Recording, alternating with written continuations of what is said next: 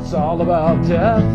It's all about pain. It's all about destruction and the things you do in vain. Live from the Last Door in the Left Studios in sunny Venice, California, it's the Alex Duffy Show, starring Alex Duffy with this week's special guest, Phil Nee. And now, a man who really needs to tune his goddamn guitar, Alex Duffy!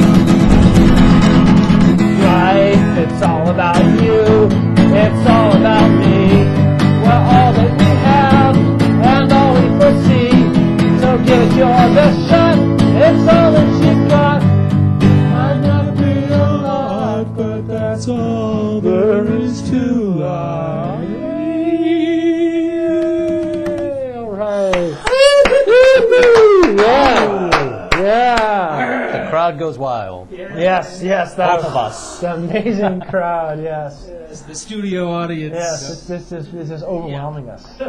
Well, folks, it is September 2nd, 2003. I am Alex Duffy, and Steve Lyon is Le Show. Yes, he is Le Show. And September 2nd, 1945, World War II ended 64 years ago today. Wow. Yeah. And World War III never started. Well, at least not yet. Yeah, so that's kind of good, right? Well, Bush's poll numbers are slipping, so he may kick that into gear any time here now. You just need to invade a couple more countries, you know? I don't know. I mean, I don't think it really hurt if I don't know, Iran? Yeah, maybe. I have a pen pal there. That's I right. hope she doesn't get shot at or something like that. Do She's that. not writing, so maybe she was arrested or something. I don't know. You never know. Like that Those shit, crazy Iranians, they're wacky. I get this letter like, do not write to me anymore, but you can tell it's like in a man's voice or something like that, you know? Oh my God. Well, we have got a really great guest tonight, folks. And before we go into our guest, who is funny and great and amazing, well, you'll see. You'll see. You're the master of suspense, Alex. I just wanted to say that Bush has said there will be no retreat in Iraq. Well, of course not. He can't bail out now. No retreat, exactly. Now, I'm thinking if there's no retreat, well, that means we're going to kind of be like the British were, I don't know, the next 15 years or something like that, right? Quagmire! Yeah, that should be fun. But at least we're completely out of Saudi Arabia. We just closed Prince Sultan Base or something like that. Well. So that means the Saudi Arabians can now do the whole terrorist thing without anybody watching. Exactly. It's like they're free now. They're free. Oh, my We can get God. another 15 hijackers together. Did you hear about the Magnificent 19? No. There's a website. There's going to be a conference in London of radical Islamic groups. Right. And they're calling it the Magnificent 19. Great. And they have the 19 guys. And they're talking about how they want to reestablish like a world Islamic state. These are like one fringe of Islam, obviously, not state for all of them. But the thing is, these guys are like, they're saying, we don't have the freedom, to make an Islamic state and everything like that. I'm thinking, hello, you're not doing this in an Islamic state. You're doing it in London, I guess because it's free, maybe. Funny how that works. Yeah. And they finally removed the Ten Commandments statue. I heard about that. Yeah, They have it stashed away in an unpublic place, right? Or don't they moved it into a back room or something? I don't know. But of course the conservatives are outraged. Well, of course. They took all 10 commandments and took them away, There was an article in townhall.com by Phyllis Schlafly today saying, this is just the beginning. They're going to remove they're going to remove the 10 commandments from the side of the Supreme Court. Or Not soon enough, as far as I'm concerned. Get rid of all of it! Church over here, state way over there. That's how I like it. We want the division. Yes. And it's a big country. It is a big country. You can even be all the way from Lots New York. of different religions. Yes. You can even be all the way from New York and make it somehow to L.A. As a funny man. Yeah. As this funny man here tonight. Yes. A New Yorker. That's a hell of a segue. Yes, Alex. I know. That's the best segue you've ever done. Yes. But now an L.A. man. The one, the only, the funny. The guy who's on Chopstick, Amy Anderson plug, Phil Nee. Yeah. Thank you. Pleasure to be here. Yes. It is raining in New York. I think the U.S. Open got rained out again for most of the day. So That's what I heard. nice to be here where it was just overcast. Yes. Now, how long were you in New York? I was born and raised there, so You left we're it. talking, what, 30 years? That's just a short time. Yeah. Well, I've been here on and off for 6 years. I still go back to New York. I consider myself still bi-coastal. You sound a little bit like Martin Scorsese, maybe. Martin Scorsese? Martin Scorsese? You see that woman in the window? That's my wife. That's not my house, but that's my wife. I gave him that line. Did you ever lose your New York accent, do you think? Did I ever lose it? Do you still have it there? It's there, right? I can hear it you know, if I go east of Whittier, it's gone. As soon as I get back into Manhattan, not only is the accent back, but the attitude is back. What's the attitude? What is the New York attitude? Since 9/11, I have to say. Oh, well. Has it changed? No, it's still. Is this censored or what? Oh, no. Free speech. Yeah. Anything you want to say. Yeah, I mean, you know, the anthem to New York is "fuck you, you fucking fuck," and then you can replace "fuck" with any other word you want, and it's a free country. Yeah, it works. Yeah. Wow, I actually just saw a movie set in New York. Oh yeah, Charles Bronson just died.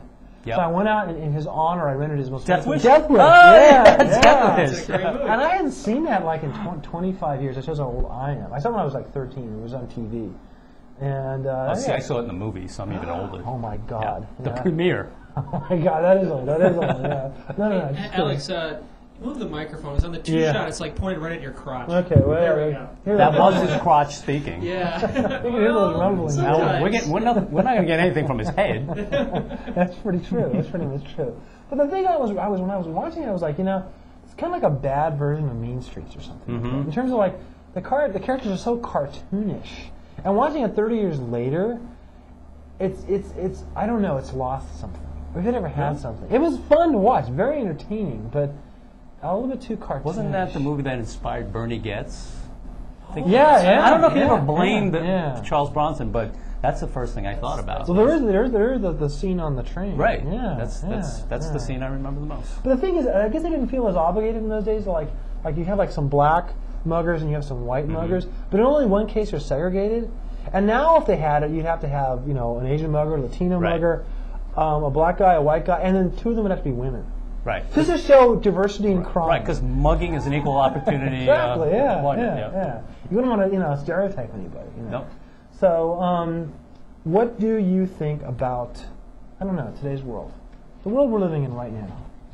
I think we're spiraling downward very quickly. So what? Did you watch the MTV Music Awards?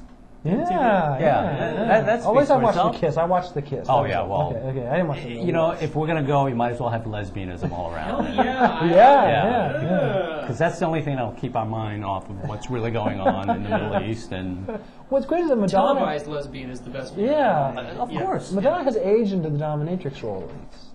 She looks old now, like an old dominatrix. So it was perfect. It was like... She couldn't. They couldn't put makeup on her to get that. She's the madam now. Yeah, exactly. But do you, in your daily life, try to keep fit? Do you eat the right kind of food, or? Well, I'm kind of a vegetarian, but not very strict. I eat meat.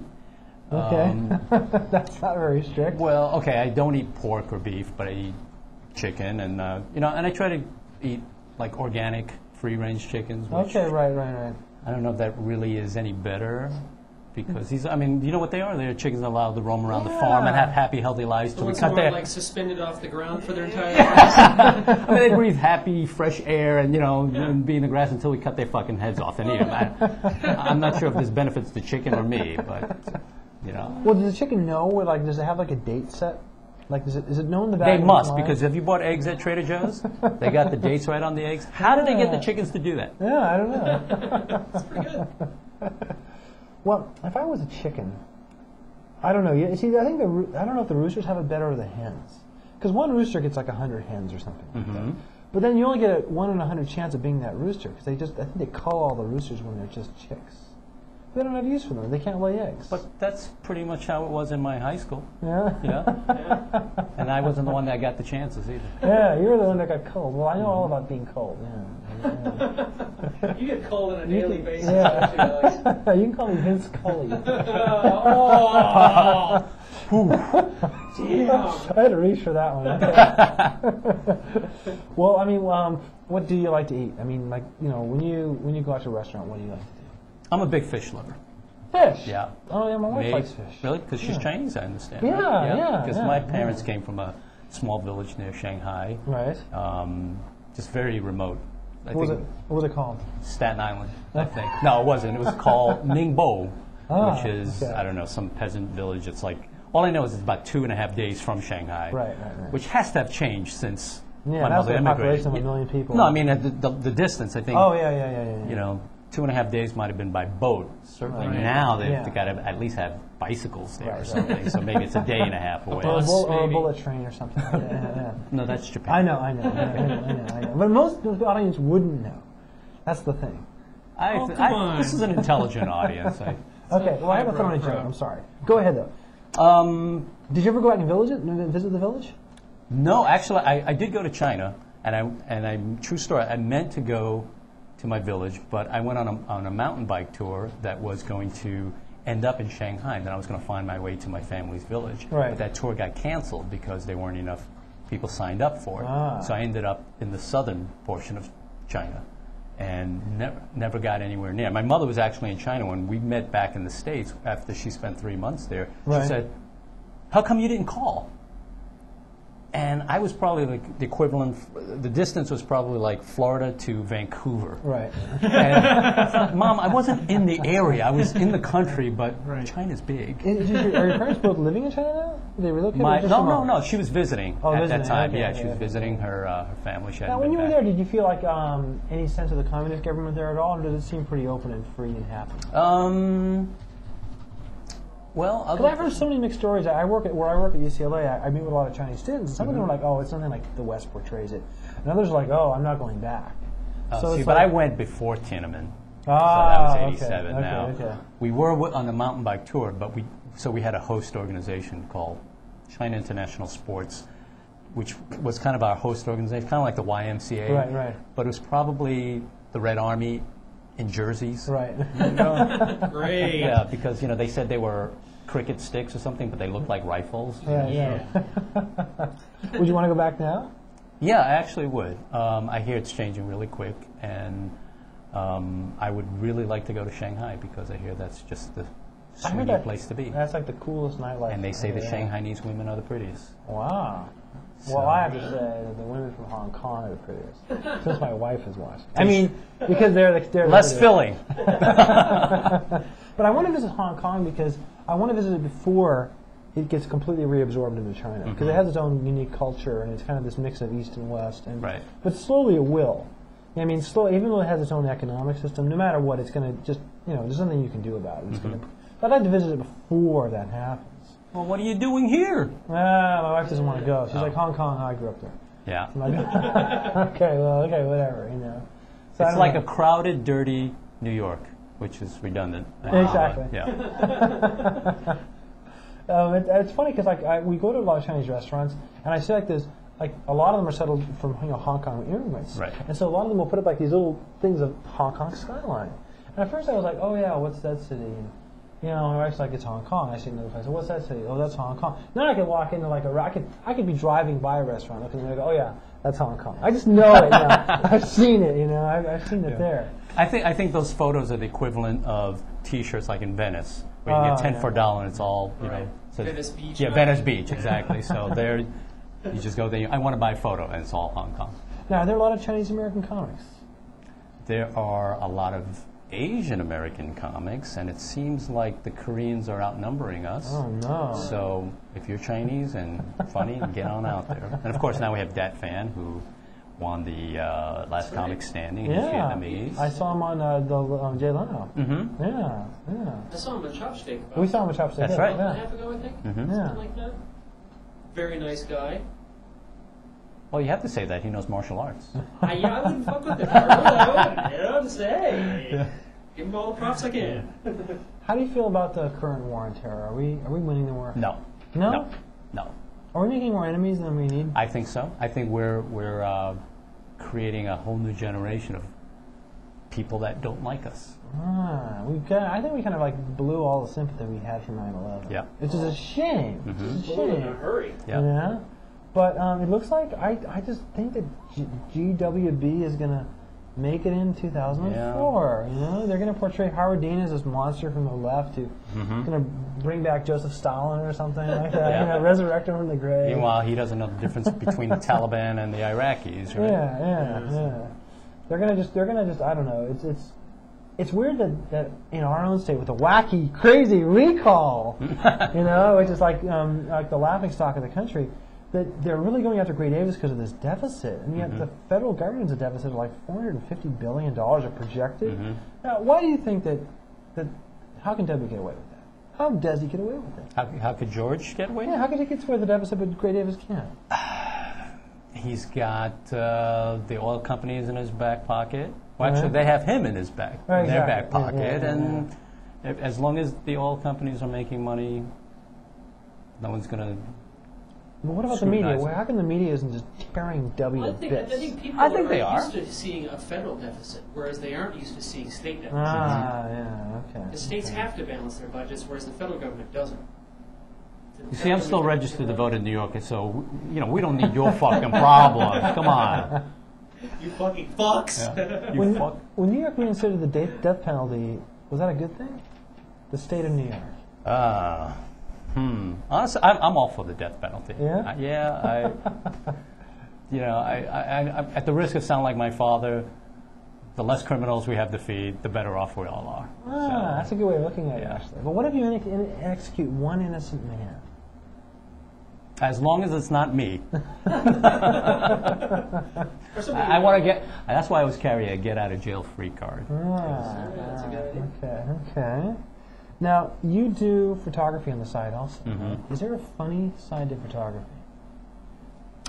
Is there a funny side of photography? Well, first of all, you look at me and you think, well, that's all the world needs is another Asian guy with a camera. Right. But I learned that at a very early age through a white guy. So that was my mentor was a white Russian guy. Is it funny? I think it's funny because I shoot a lot of actors. Right. And I used to shoot just for myself. Right. When I picked up photography, I loved it for the art. Now I started doing headshots, and now I realize I'm providing a service for the actor. And it's incredible how much, and I speak as an actor myself, how we hate each other, how we hate ourselves. Oh, no. And I do retouching, and I basically have to make 40-year-old women look like they're 18, even though the reason why they came to me is because their agent says you need new pictures because you're 40 now, and we don't want to send you out with an 18-year-old picture. Is there no work for the actor over 40? I find it hard. I think 55, maybe it starts up again. But after 40, There's a gap in the middle. Yeah. Huh. Young dad, and then we don't want you until you're a grandpa. Well, it's funny. My joke I've said on the show before is, how can you tell if an actress is turning 35? She has her own one-woman show. Oh, that strikes so true because my best friend just put on a one-woman show. Yeah, she's 35. And her other motivation was to meet men. All right. It's funny, you meet these actors who are 35 and some of them are pretty damn good looking. They go, I don't have a boyfriend. And I'm like, where were you like 5 years ago? I know. Don't you know more single women now than I know, ever? I know. But I'm only happy with one. I'm saying that into the camera. Good answer. Do you have a Japanese American girlfriend? Yes, I do. Now, is there any of that like, the Chinese and the Japanese, they had this terrible war thing, or is that just like all of That's over, but my father, may rest in peace, when I remember when I asked him, I discovered sushi in my 20s, and I said, hey, Dad, come on, let's go to dinner. I'm going to take you to a sushi place. He goes, I don't eat Japanese food. And I said, why? He said, because they invaded my country, and they killed people. And I was like, oh. And then I realized he bought me a Toyota. He's listening to a Sanyo radio. The TV's a Sony. Why sushi? It's probably local fish. Yeah. It's really not Japanese fish. How long have you been with your girlfriend? 3 years. We just got engaged. Wow. Congratulations. Is she an actress too? No. She's... You're probably like... She's stable, yeah. She has a job. Yeah. People ask me, is your girlfriend in the show business? I say, no. They go, oh. And then her friends ask her, is your boyfriend in show business? She goes, yes. They go, oh.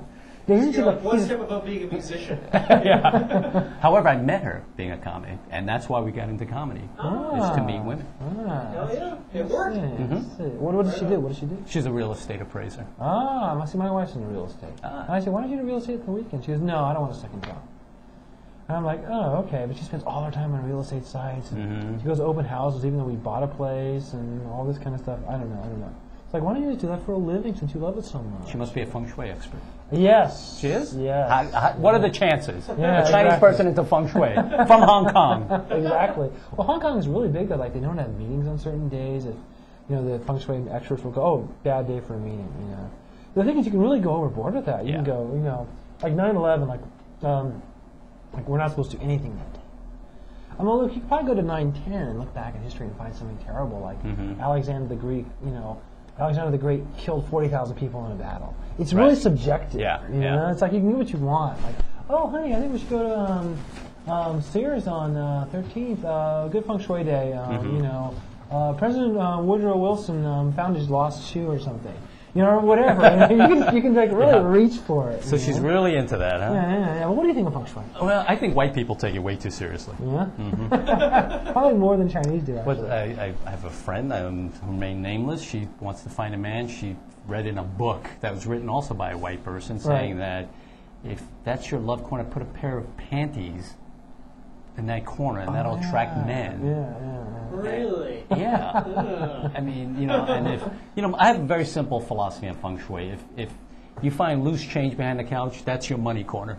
That's where all the money's always going to pour out. So That's a good one. That's a good one. I have to go back to what you were saying though about more single women when you're married, and it's true.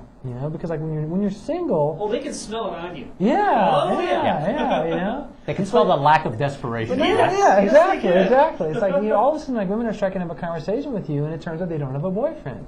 Yet when you're single, it's strange that it's like you can talk to almost any woman, and she'll go, yeah, you'll go like, oh, excuse me, do you have the time? Oh, yeah, my boyfriend's watch says. You're like, oh, okay, back off. You know what I mean? Well, you're not wearing a ring. It's an Eastern thing. You're not supposed to wear rings. Oh, really? A feng shui thing? No, actually. Or is it a cheap white person thing? Yes! No, we actually bought rings for our wedding, but we stopped wearing them right away. Once we found out that her sister-in-law and her husband don't wear rings, we found out a lot of Chinese people from Hong Kong don't wear rings, and I was relieved. I'm surprised because there's such jewelry whores out there. Oh yeah. But the thing about the ring that I was glad I don't have to wear it is like I got tired of I had never wear jewelry, right? So it's like I get tired of always having to wash my hand, take the thing off, wash it, put it back on, this and that.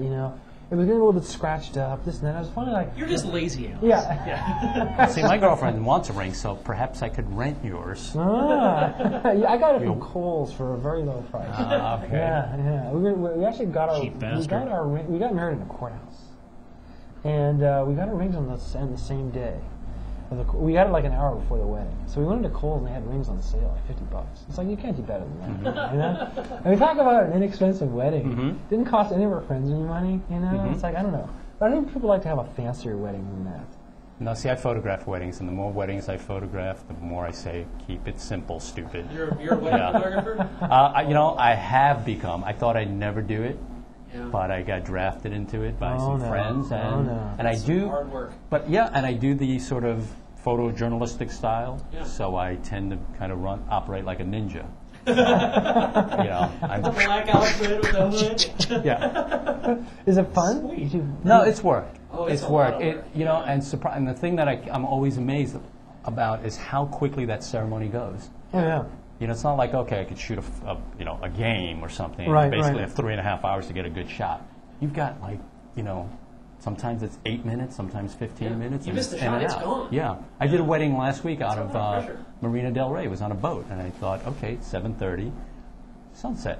Well, the ceremony started at 8:15. There was no light. Oh. There was nothing. I couldn't focus. So you're shooting in the dark. I was shooting in the dark, kind of estimating, okay, she's 12 feet away, preset that, and throw the flash, and Yeah. Wow. yeah, And it was at a that Hail moment, Mary shot. That's the moment she goes like this. Oh, red eye. Yeah. and everything.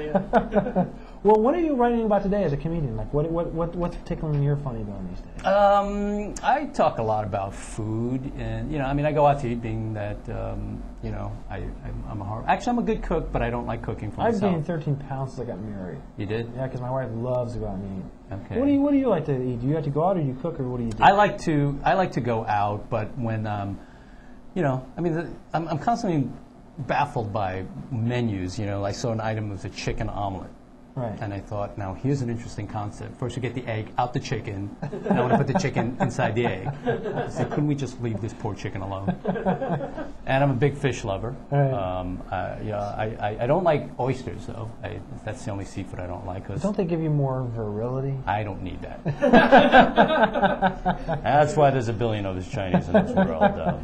Speaking of sushi, what's your favorite sushi place in LA? Everybody's got a favorite. Okay, I like a place, I don't know if this would be considered LA, it's in San Marino. San Marino. Yoshi's on Huntington Drive. My girlfriend turned me on to it. Wow. And if you can, get a spot on this at the bar with Yoshi, because he's a bit of a comic. Yeah. Yeah. What's their specialty? What do you like? Every day he's got the best albacore. Oh, cool. I don't know what he does differently. All I know is when rather than cutting, he takes tweezers and he strips it. Wow. Oh, wow. So he gets it right on the grain, and something about it. What about dim sum? Are you a dim sum fan at all?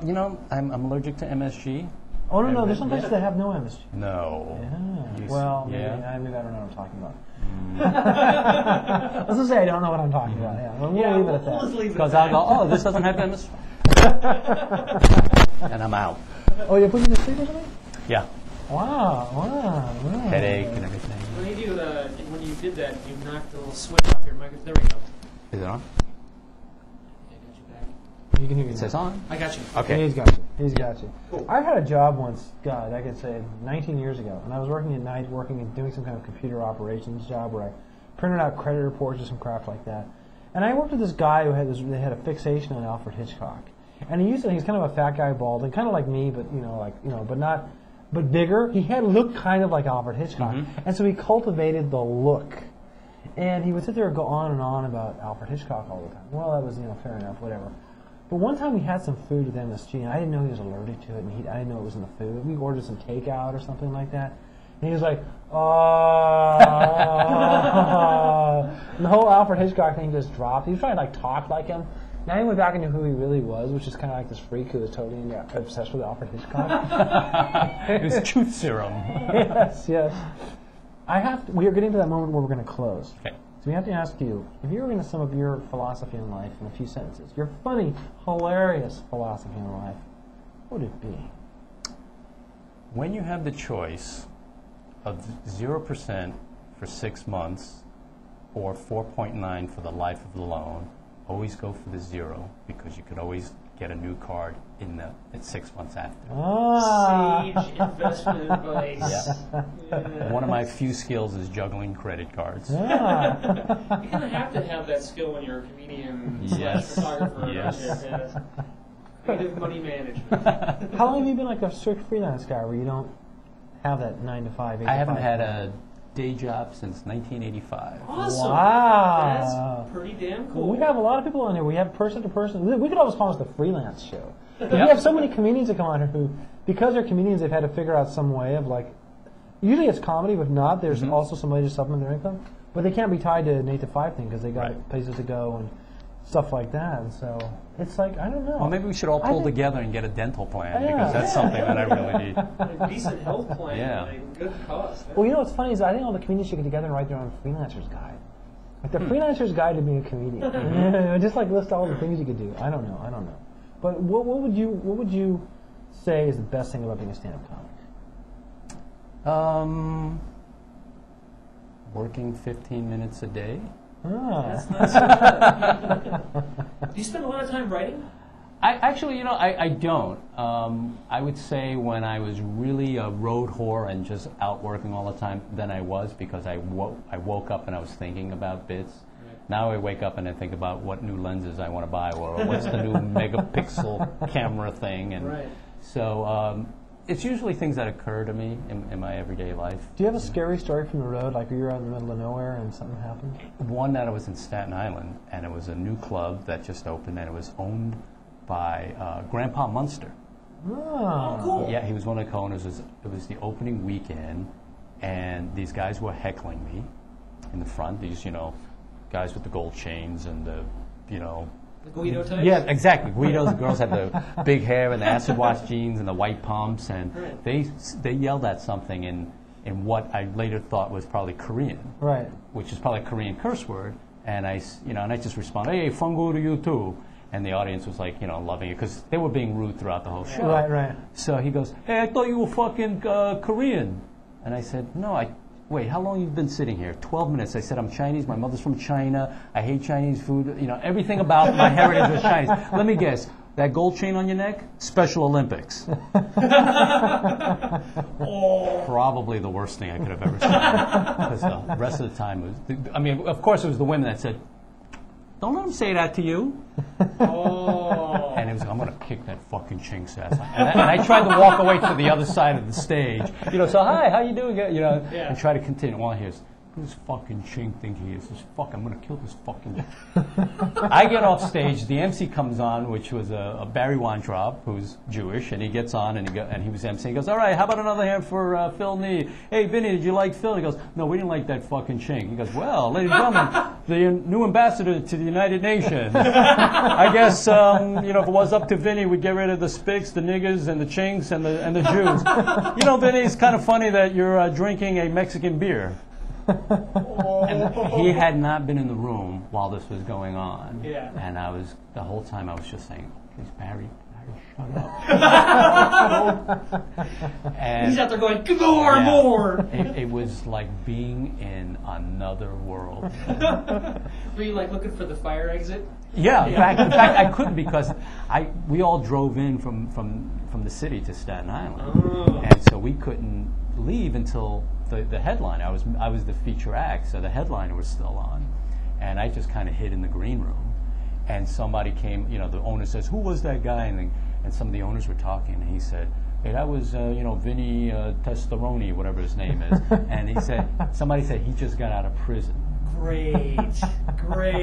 And then someone said we couldn't let his other friend in, and he says, "Why?" He said, "Because I go, 'Hey, Joey, how you doing?' And I patted him down, and he was carrying a gun, and I said, 'Hey, Joe, I can't let you in with that.' So he stayed out, and I said, 'I'm dead.'" Yeah.